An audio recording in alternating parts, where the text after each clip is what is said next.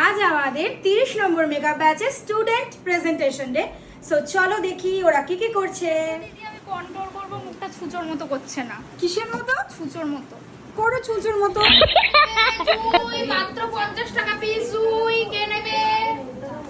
জুই নেবে। এই ভিডিও করে একটু বসবো, মাজা ব্যথা করছে। আচ্ছা বসো। আর্টিস্ট চেয়ার রেডি করে বসে পড়েছে আর গল্প করছে। আরে কি করছো? আইলাইনার পাহাড়ে উঠে গেছে, সেটাকে ঠিক করছি। নামাচ্ছ পাহাড় থেকে? পাহাড় থেকে নামাচ্ছি। আচ্ছা পাহাড় থেকে নামাচ্ছি। করছিস গাল ভর্তি করে কলকা করছি। মানে শুরু করছিস? আজ আমি এখন ভিডিও করতে পারবো না। কি করবে? আই মেকআপ করো। এখানটা দেখো, একদম ভর্তি করে ঝুলাই। ঠিক আছে কিনা? দেখি।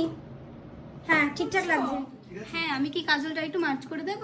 আর একটু স্মাচ করতে চাও? হ্যাঁ একটু করে দাও। কোনাগুলো হবে ভালো হবে বলে এটা দিয়ে করছি।